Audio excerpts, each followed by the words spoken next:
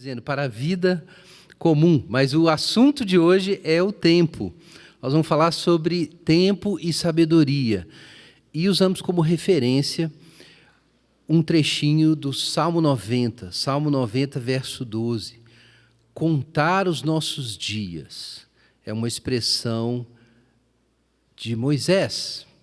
Salmo 90, Salmo de Moisés, contar os nossos dias. O que significa isso?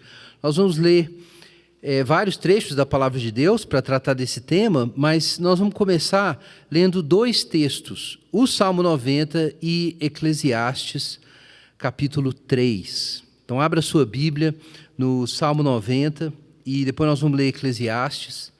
E os outros textos a gente vai lendo ao longo da reflexão. Fique com a sua Bíblia pronta. Salmo 90. Salmo de Moisés. Senhor, Tu tens sido nosso refúgio de geração em geração. Antes que os montes nascessem, ou que tivesses formado a terra e o mundo, sim, de eternidade a eternidade, Tu és Deus. Tu fazes o homem voltar ao pó e dizes: voltai, filho dos homens. Porque aos teus olhos 1000 anos são como o dia de ontem que passou, como a vigília da noite. Tu os arrastas por uma correnteza, eles são como o sono, como a relva que floresce ao amanhecer, que brota e floresce de manhã, mas à tarde murcha e seca. Pois somos consumidos pela tua ira e afligidos pelo teu furor. Colocaste diante de ti nossas maldades e à luz do teu rosto nossos pecados ocultos, pois todos os nossos dias passam sob tua ira. Nossos anos acabam-se como um suspiro. Os anos da nossa vida chegam a 70, ou para os que têm mais vigor, a 80, mas o melhor deles é cansaço e enfado, pois tudo passa rapidamente e nós voamos. Quem conhece o poder da tua ira e o teu furor, conforme o temor que te é devido? Ensina-nos a contar nossos dias, para que alcancemos um coração sábio. Volta-te para nós, Senhor. Até quando? Tem compaixão dos teus servos. Sacia-nos de manhã com teu amor fiel, para que em todos os nossos dias nos regozijemos e nos alegremos.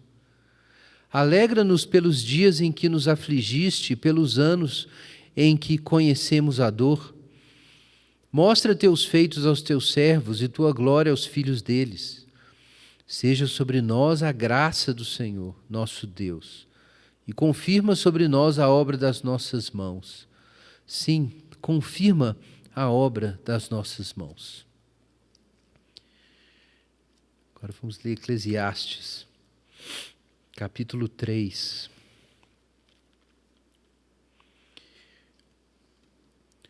Tudo tem uma ocasião certa, e há um tempo certo para todo propósito debaixo do céu. Tempo de nascer e tempo de morrer, tempo de plantar e tempo de arrancar o que se plantou, tempo de matar e tempo de curar, tempo de derrubar e tempo de edificar, tempo de chorar e tempo de rir, tempo de prantear e tempo de dançar, tempo de espalhar pedras e tempo de ajuntar pedras, tempo de abraçar e tempo de deixar de abraçar, tempo de buscar e tempo de perder, tempo de guardar e tempo de jogar fora, tempo de rasgar e tempo de costurar, tempo de ficar calado e tempo de falar, tempo de amar e tempo de odiar, tempo de guerra e tempo de paz. O que ganha o trabalhador com todo o seu esforço? Tenho visto a tarefa difícil que Deus deu aos homens para nela se ocuparem. Tudo o que ele fez é apropriado ao seu tempo. Também colocou a eternidade no coração do homem. Mesmo assim, ele jamais chega a compreender inteiramente o que Deus fez. Compreendi que não há felicidade para o homem a não ser alegrar-se e fazer o bem enquanto vive. Compreendi também que pode comer que poder comer, beber e desfrutar do seu trabalho é um presente de Deus. Eu sei que tudo que Deus faz durará eternamente, nada se pode acrescentar a isso e nada se pode tirar disso. Deus faz isso para que os homens o temam. Vamos até o 17. O que já existe, o que é já existiu e o que há de ser também já existiu. Deus trará de novo o que já passou. Vi também que debaixo do sol haveria maldade no lugar da retidão e que havia ainda mais maldade no lugar da justiça. E eu disse no coração: Deus julgará justo e o ímpio, porque há um tempo para todo propósito, um tempo para tudo que se faz. Vamos orar. Pai Santo, em nome de Jesus, nós pedimos o socorro, a assistência do Teu Espírito Santo para entender Tua palavra, mas também para que o nosso coração se dobre a essa verdade que a Tua palavra ensina, de que o Senhor tem todos os tempos nas Tuas mãos. Abre o nosso coração para isso, em nome de Jesus. Amém. Irmãos, então nós estamos na nossa série sobre sabedoria para a vida comum e falamos de vários temas interessantes já, falamos sobre as fontes da sabedoria e o princípio da simplicidade na alma e a necessidade de ter um coração manso para compreender a vontade do Senhor e viver de fato como uma pessoa sábia. Como nós vimos em Tiago, a sabedoria é a ciência da Shalom. Ela traz paz e prosperidade para onde ela está. Vimos também que a primeira expressão da sabedoria é a língua, é o uso correto da língua, no momento certo, da forma certa, com as disposições corretas e a palavra correta. Vimos que faz parte da vida sábia o reconhecimento do outro, o princípio da reciprocidade, e esse princípio no âmbito do Novo Testamento, nós entendemos que ele é governado pela graça, pelo exemplo da bondade de Deus. Então, a vida sábia envolve uma economia da graça, uma economia da dádiva, em que a gente descobre novas formas de servir o outro, de transmitir o que a gente recebeu, e isso é uma lógica de transbordamento. E a gente viu sobre como isso é importante para que na vida comum nós não sejamos mesquinhos e por isso empobrecidos, cada um sempre dando o mínimo possível e por isso também recebendo o mínimo possível. Vimos também a importância do discernimento, foi o nosso tema semana passada. Sabedoria envolve discernimento, um julgamento humilde que se submete à ordem moral da realidade e que, consequentemente, sabe identificar o que é melhor e o que é pior. E o contentamento é a chave para a gente conseguir ficar feliz com o que é melhor e não perder as coisas melhores por conta de utopias, sonhos impossíveis ou desejos pervertidos por coisas inferiores. Então, o discernimento espiritual é uma coisa, ou moral, é uma coisa que não é simplesmente intelectual. Ela tem a ver com caráter, tem a ver com sua alma se aproximar e aderir às coisas melhores, você se apegar ao bem. Então, temos visto o que significa sabedoria na Bíblia. Vimos, inclusive, o tema de Pentecoste, que o Espírito é o Espírito de sabedoria. Esse foi o Espírito dado para Jesus. E é por isso que ter sabedoria tem uma nova mentalidade que aprova a vontade de Deus, mas também, de acordo com Romanos capítulo 8, a obra do Espírito Santo nos dar uma mentalidade, e lá fala da mente do Espírito, ou a mentalidade do Espírito. Então, andar no Espírito Santo é andar na sabedoria de Deus, não são coisas distintas. E agora nós vamos tratar de um outro tema, um tema importante da literatura de sabedoria na Escritura, que é o tema do tempo. A gente viu em Eclesiastes, é um capítulo-chave do livro de Eclesiastes, que é um dos livros sapienciais, um dos livros de sabedoria. Um dos fenômenos mais curiosos no início da pandemia, que muita gente notou, foi essa sensação de distensão temporal logo nos primeiros dias. Foi muito curioso. Muita gente reportou que, de repente, parecia que o tempo estava passando devagar. Naquele processo de mudar o jeito de funcionar, mudar as rotinas, e decisões importantes sobre quem ia trabalhar em casa, ia fazer home office ou que era serviço essencial. As escolas suspenderam as aulas, as crianças vieram para as casas e muita gente reportou, e houve exceções, mas eu vou explicar. Muita gente reportou que o tempo começou a passar aparentemente de uma forma mais lenta.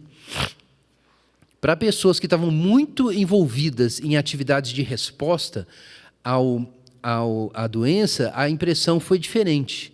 Foi de que a coisa acelerou. Então, isso é muito curioso, né? Faz a gente lembrar da infância. Vocês lembram da infância, quando o tempo passava muito devagar? Um ano pareciam 10. Era uma extensão absurdamente grande de tempo. E quando a gente vai ficando mais velho, a gente começa a ter a impressão de que o tempo está passando cada vez mais rápido. Muita gente reporta isso também. Existem períodos do ano em que o tempo parece que passa mais rápido, principalmente quando a gente está com mais atividade. Então, gente, existe um lado objetivo do tempo, que é a ordem do tempo, a ordem de sucessões. Algumas coisas têm que acontecer depois de outras, não tem jeito. Mas existe a experiência subjetiva de duração e ela varia um pouco. Ela varia com as suas experiências, com o momento da vida, com os seus valores, inclusive. Os valores podem afetar isso.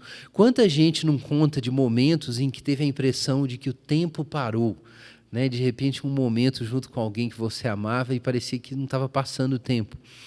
E você já teve outros momentos em que parecia que estava tudo passando muito rápido.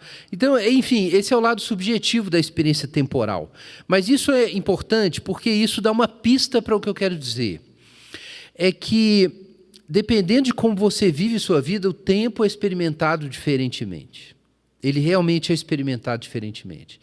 E se nós podemos mudar a nossa experiência com o tempo, então existe um lado de responsabilidade aí. Talvez nós tenhamos responsabilidades com respeito a isso. E o fato é que a pandemia mexeu com a nossa percepção do tempo de várias formas. Uma das formas mais óbvias é a percepção da finitude, a aproximação da morte. De repente, não é que você está doente e já está aí morrendo, não é isso.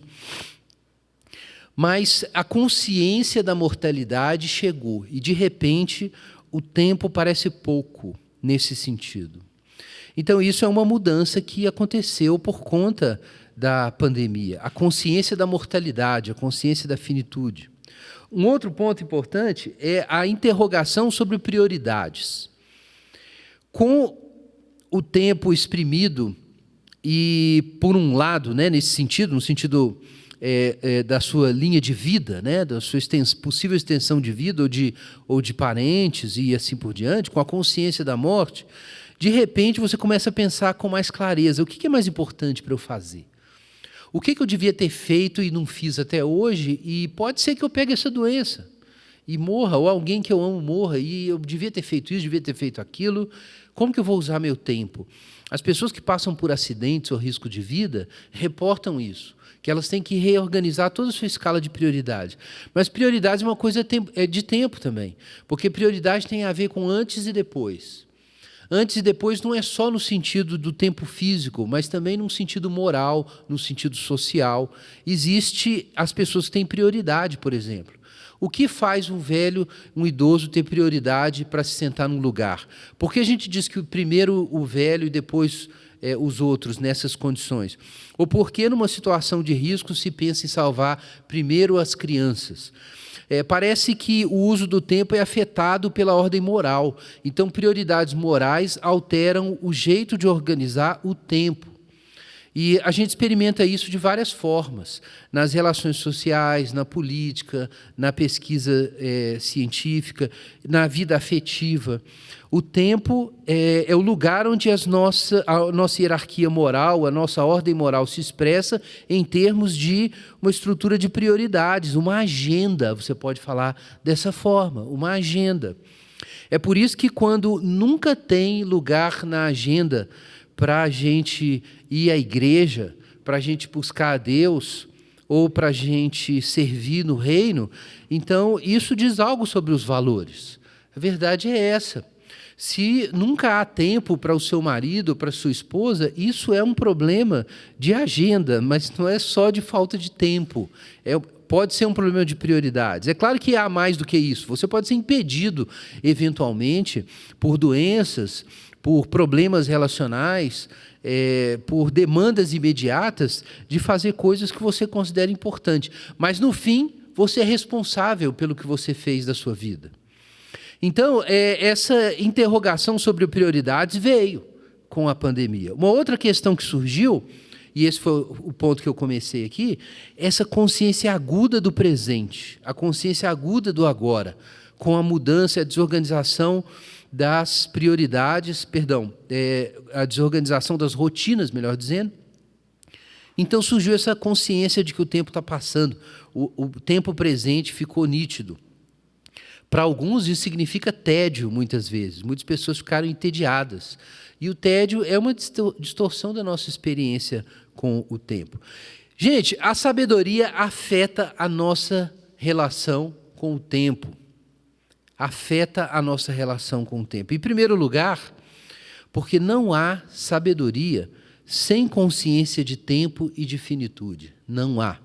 Então nós lemos agora um grande sábio, o profeta legislador Moisés. Lemos aí no Salmo 90, o Salmo de Moisés, muito claramente esse contraste que salta aos olhos. O contraste entre a eternidade de Deus e a nossa finitude. É um contraste agressivo no texto. E chega a ser, se você presta atenção no Salmo 90, ele chega a ser dolorido. Antes que os montes nascessem, ou que tivesses formado a terra e o mundo, sim, de eternidade em eternidade, tu és Deus. Então Deus está sempre aí. Tu fazes o homem voltar ao pó e dizes, voltai, filho dos homens. E Deus, numa palavra, no estalo de dedos, e a gente foi. Aos olhos de Deus, 1000 anos são como o dia de ontem que passou, a vigília da noite. Mas e quanto a nós? Nós somos como a erva que floresce ao amanhecer, brota, floresce de manhã, de tarde murcha e seca e de repente passou. É como um vento, um sopro, um sono, um momento de sono, uma fisgada. Deus dá um cochilo e morre em gerações. É claro que Deus não cochila. Mas é uma forma dos irmãos entenderem aqui. Todos os nossos anos passam sob tua ira e acabam-se como um suspiro. Então veja, Deus é eterno, antes dos montes, antes de todas as eras. E a gente é um sopro, é um vento. É como a erva que dura horas, uma erva no deserto. Então esse contraste é doloroso. Moisés fala sobre isso. Os anos da nossa vida são 70 ou 80 para os fortes, mas eles não são uniformemente bons, há muita canseira e sofrimento, a maioria não vive tanto, e tudo isso para o Senhor é nada, tudo passa rapidamente e nós voamos. Os irmãos percebem aqui a consciência do tempo, a consciência da mortalidade. Eu me lembro quando eu comecei a entender criança que eu ia morrer, foi difícil. A maioria das pessoas não lembra quando tomou consciência disso. Eu lembro. E eu sei que outras pessoas lembram. A morte é inevitável. E a gente não consegue ficar satisfeito com o tanto de vida, o tempo de vida que a gente tem. No Salmo 90, a insuficiência da vida fica clara aqui. A vida é insuficiente, tem um contraste aqui. Deus está lá sempre, eterno. E nós estamos aqui com uma vida curta e sob a ira de Deus. Então, a inadequação, a insuficiência dessa vida é dolorosa, que dá para sentir a melancolia no Salmo. Tem um elemento aqui, não é um Salmo totalmente de lamento, mas tem um elemento de lamento no Salmo, por causa da mortalidade. Por causa da mortalidade e do pecado. A morte e o pecado são os dois grandes inimigos. O apóstolo Paulo fala sobre isso na carta aos Coríntios, capítulo 15, e aqui nós temos um lamento pelos dois grandes inimigos. Existe a mortalidade e existe o pecado.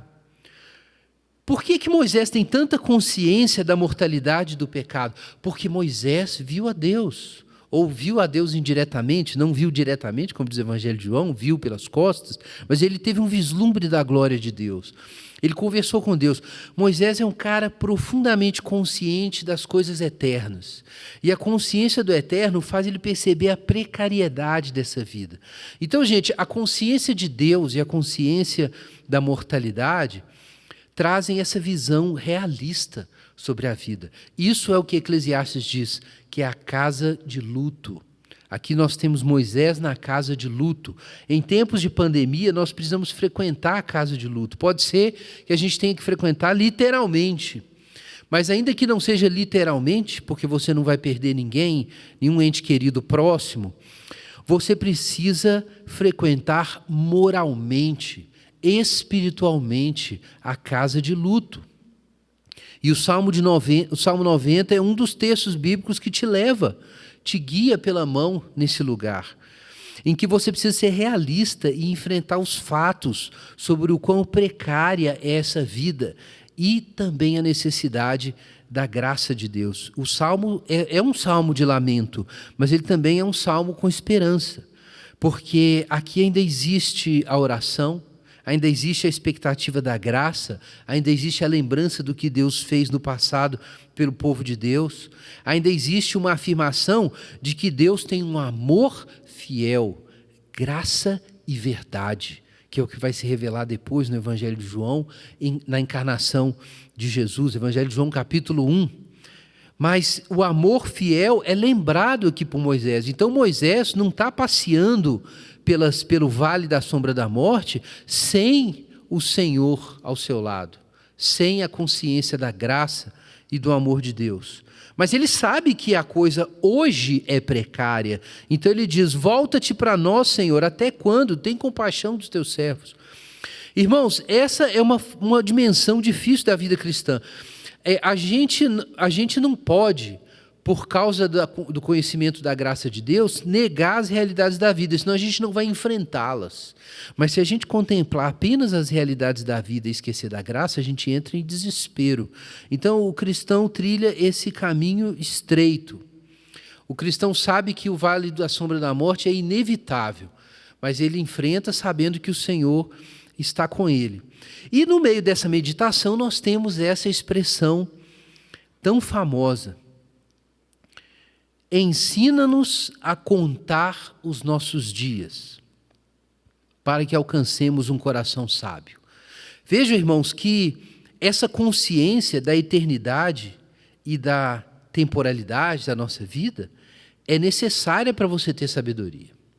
Sem isso, você não vai ser uma pessoa sábia, porque você não vai ter uma perspectiva real do que importa nessa vida. Isso é muito importante. É por isso que os animais não têm cultura nem responsabilidade moral, porque eles não têm a consciência da eternidade e da finitude. Isso é fundamental, isso está na origem da experiência religiosa e da nossa experiência moral. Esse encurtamento que a gente percebe da existência coloca muito claramente para nós o quanto a gente precisa de um gesto divino, o quanto a gente precisa de Deus. E isso nos força a escalonar e organizar as prioridades. Isso nos força a tomar decisões. E quanto mais clara é a sua consciência do que é eterno e do que é prometido por Deus e do que realmente importa, então mais sabedoria você terá e mais discernimento você terá ao organizar o seu tempo e as suas prioridades. Por isso, pessoas que nada sabem sobre a sua mortalidade e sobre a ressurreição são tolas e jogam a vida fora, como a gente vê tantas vezes.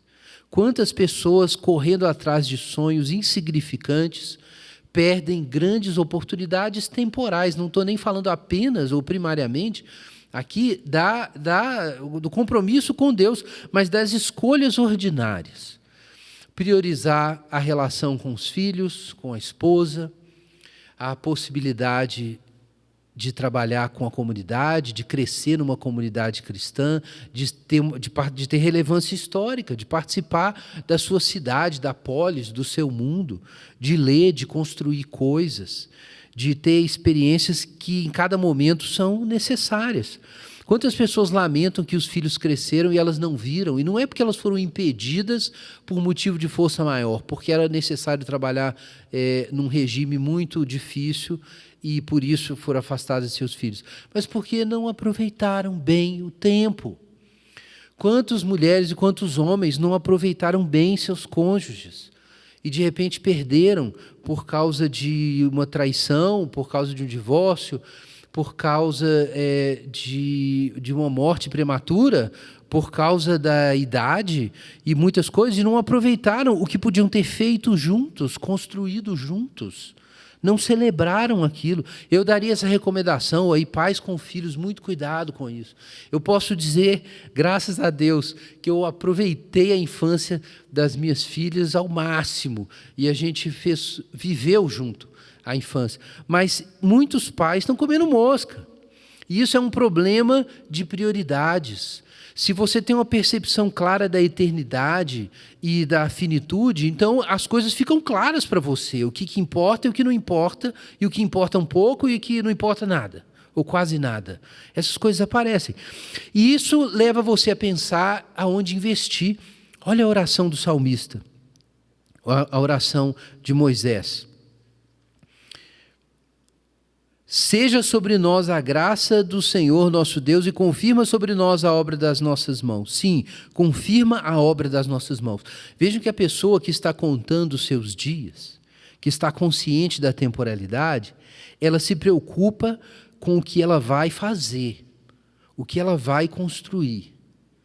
Ela tem um tempo para servir a Deus e fazer algo. O que eu vou fazer aqui? E Paulo fala sobre isso, você pode construir uma casa de palha, de madeira, e quando vier o julgamento vai queimar tudo, vai ficar cinza só. Mas se você construir sobre o fundamento com ouro, com metais preciosos, com pedras preciosas, então aquilo vai durar quando vier o fogo do julgamento. Então a consciência do tempo também nos ajuda a entender a importância de servir ao Senhor e trabalhar na presença do Senhor e usar os recursos que nós temos para a glória do Senhor. Quem foi Jesus? O servo do Senhor, o israelita fiel, que tomou todos os seus recursos e a sua própria vida e gastou tudo amando ao próximo e amando ao Senhor até o final. Então, gastando tudo, entregando tudo ao Senhor, ele recebeu tudo ressuscitado. É assim que as obras das nossas mãos serão confirmadas. Então, pessoas que têm a perspectiva da eternidade, elas sabem que o tempo é curto, que essa vida é precária, mas em esperança, elas podem trabalhar para o Senhor, sabendo que só o Senhor pode trazer ressurreição para essas coisas. Então, contar os dias, a consciência do tempo, faz a vida ter relevância. Não tem jeito de ficar entediado quando você tem essa consciência de que você tem um tempo para você servir ao Senhor. Então, o que é contar os dias? Medir, entender os dias. É você ter uma visão da proporção das coisas. Diz a versão Almeida século XXI, ela traz contar os dias, né? Tem uma tradução contemporânea, a nova versão,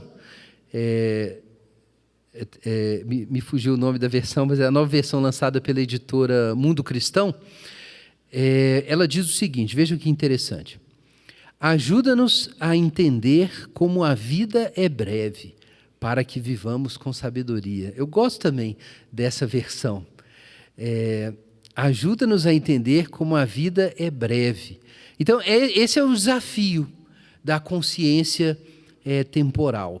E uma vez que você, então, está pensando que o seu tempo é um tempo que você vai prestar contas a Deus, e você tem consciência da precariedade, da importância das coisas eternas, você quer entender os tempos.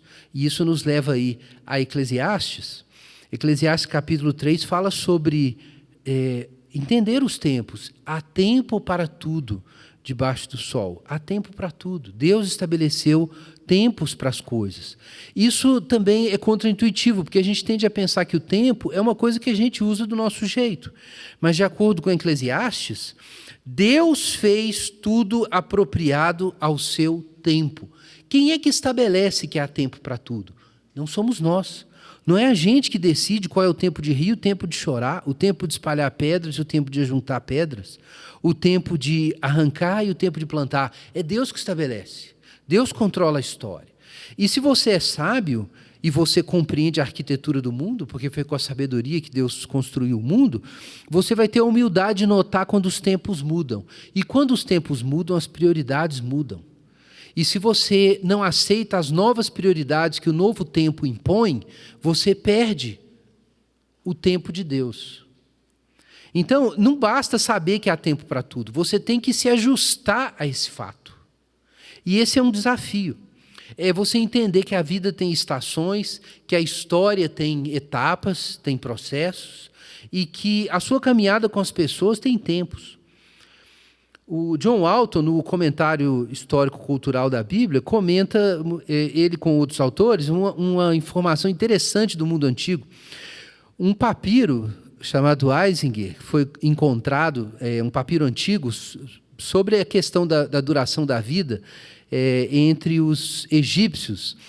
Dizia o seguinte: 10 anos são gastos na infância, mais 10 anos para aprender um ofício, e o autor calcula mais 10 anos acumulando bens e outros 10 anos adquirindo sabedoria, e conclui então que 2/3 da vida de alguém são perdidos, levando aí uns 60 anos no total. Mas diz que se o homem for piedoso, servindo aos deuses, ele pode até completar 100 anos. Interessante esse jeito de pensar. Os antigos, os egípcios, os sumérios, e o povo ali do Crescente Fértil, e ao redor do Mediterrâneo havia essa tradição da sabedoria, que entre os gregos se tornou a filosofia, mas a tradição dos sábios não é só na Bíblia que tem, né? Haviam outros sábios conhecidos, e há textos sobre eles, sobre o mundo antigo. Mas é interessante, né? Aqui você tem um elemento de humildade aqui, essa compreensão de que a vida você tem tempo para fazer as coisas. E Eclesiastes 3, 1-14 é muito claro que existe a consciência da eternidade e a consciência dos tempos. Olha o verso 11. Tudo que ele fez é apropriado ao seu tempo. Então isso é a temporalidade. Também colocou a eternidade no coração do homem. Gente, isso aqui é Salmo 90. Por um lado, eu tenho um sentido da eternidade de Deus e do meu vínculo com Ele. Por outro lado, eu tenho um sentido da minha finitude e temporalidade. É porque o homem está nessa juntura, é porque ele está nessa dobradiça, que ele aspira coisas maiores que a vida temporal não pode dar. E é porque ele está também nessa dobradiça que ele consegue olhar a vida e perceber que há tempos que o bicho não consegue ver. Mas mesmo compreendendo que existem os tempos, diz Eclesiastes, o homem jamais chega a compreender inteiramente o que Deus fez. Isso é muito interessante. A gente tem a eternidade no coração.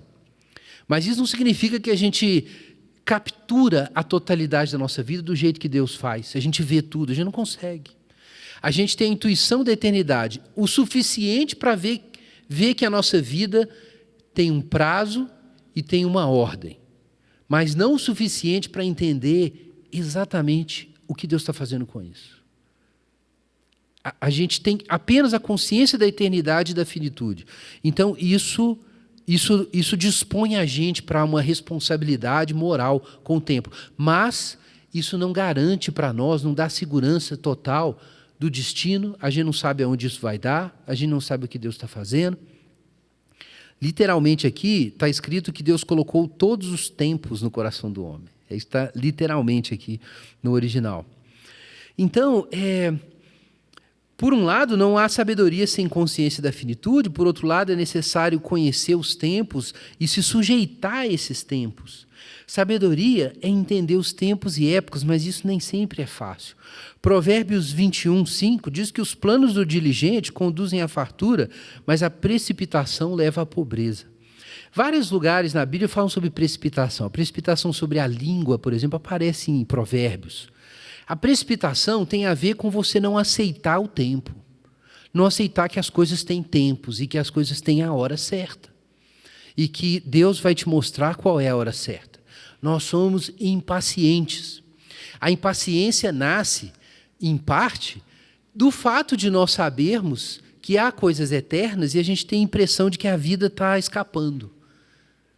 Mas, por outro lado, a impaciência nasce de uma incapacidade de aceitar a finitude.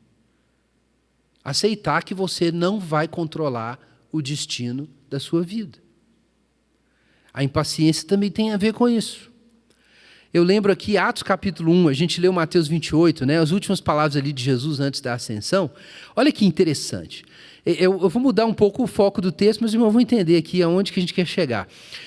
Então, os que haviam se reunido e estavam ouvindo as últimas palavras ali de Jesus, Atos capítulo 1, antes dele subir ao céu, perguntaram-lhe: Senhor, é este o tempo em que restaurarás o reino a Israel? Irmãos, a gente quer saber tempo. Todos os dias, todas as semanas nós fazemos orações perguntando ao Senhor sobre o tempo. A gente acabou de ler o Salmo 90. Até quando? Senhor, é esse o tempo, finalmente? E veja a resposta de Jesus. Ele lhe respondeu: não vos compete saber os tempos ou épocas que o Pai reservou por sua autoridade. O que me chama a atenção aqui é que Jesus podia ter simplesmente falado: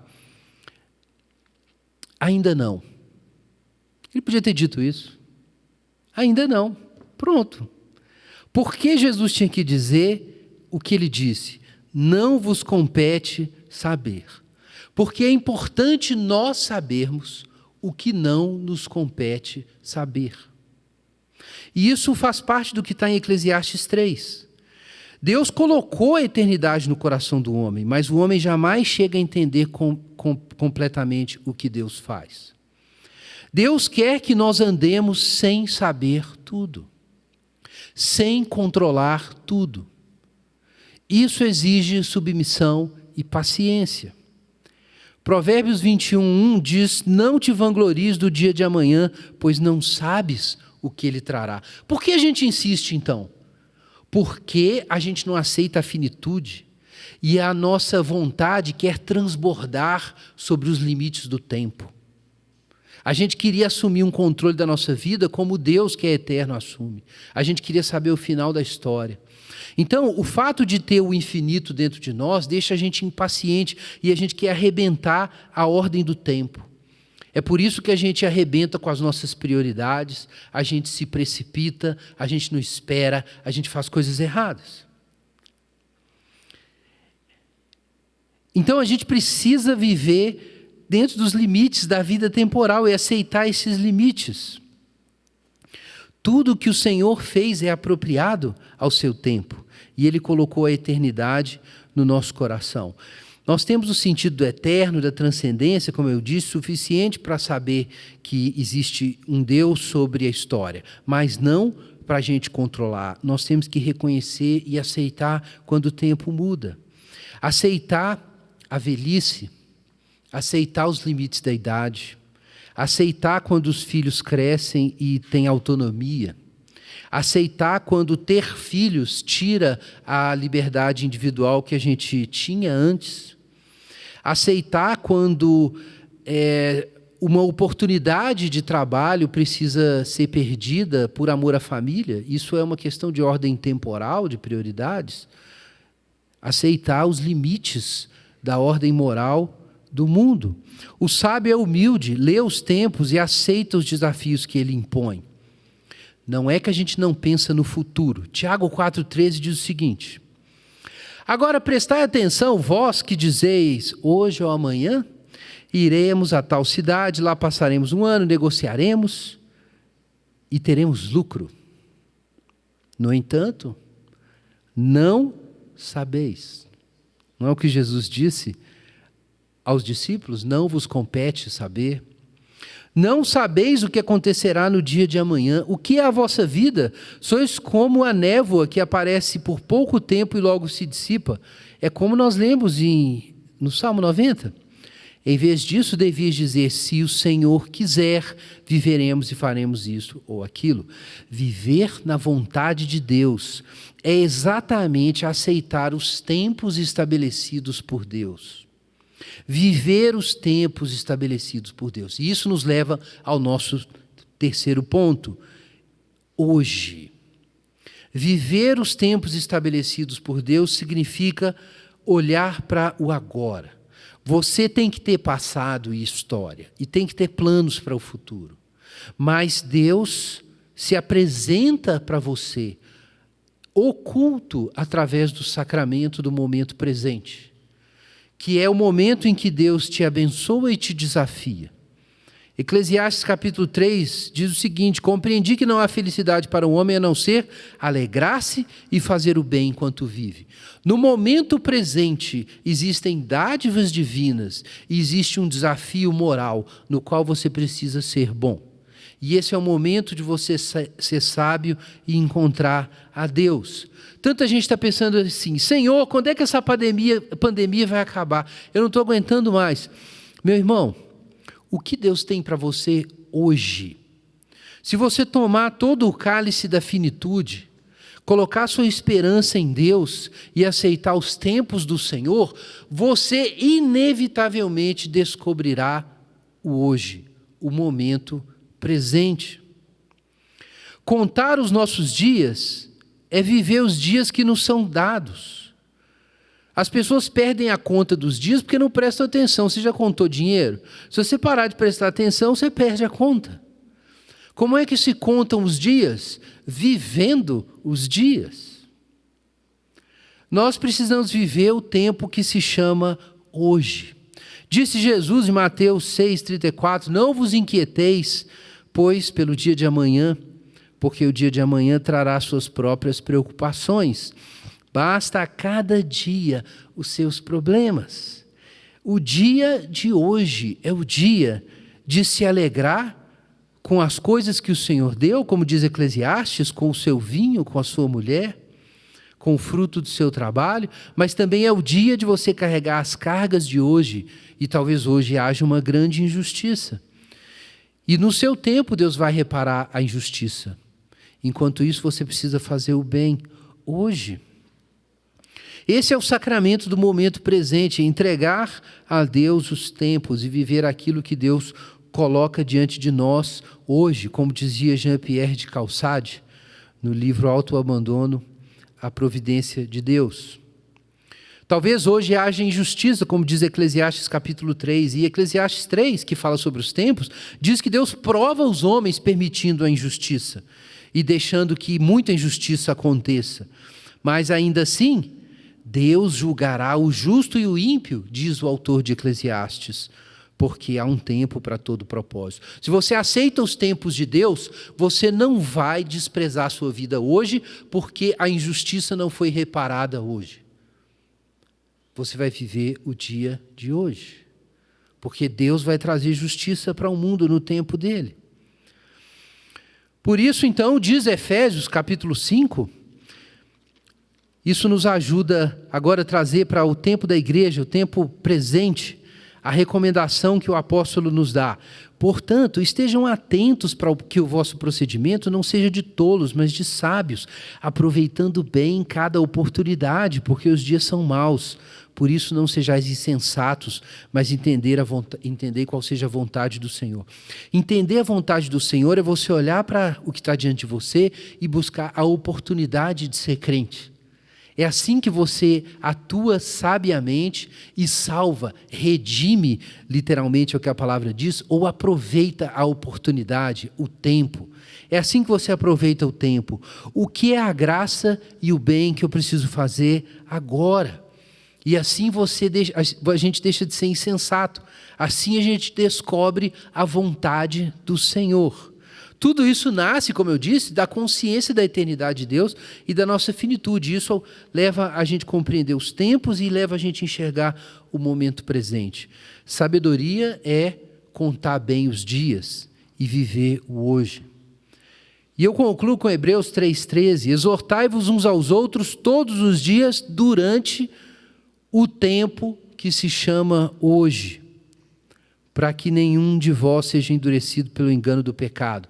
Nós não sabemos quando a pandemia vai acabar, mas o que a gente tem que fazer hoje a gente sabe, a gente tem que ser crente agora. Vamos orar, irmãos. Se prepara agora para a ceia do Senhor, você vai orar para Deus dar essa sabedoria para você contar os dias e viver o dia de hoje. Pai Santo, em nome de Jesus, nós pedimos a Tua graça e o Teu socorro para todos que nos ouvem, que eles sejam iluminados pelo Senhor e levados a compreender que o Senhor é o Senhor do tempo, que os Teus propósitos são bons, que as obras das nossas mãos, pela ressurreição de Jesus, serão confirmadas. Tranquiliza o nosso coração, ó Deus, para que a gente sirva ao Senhor no tempo que se chama hoje, em nome de Jesus. Amém.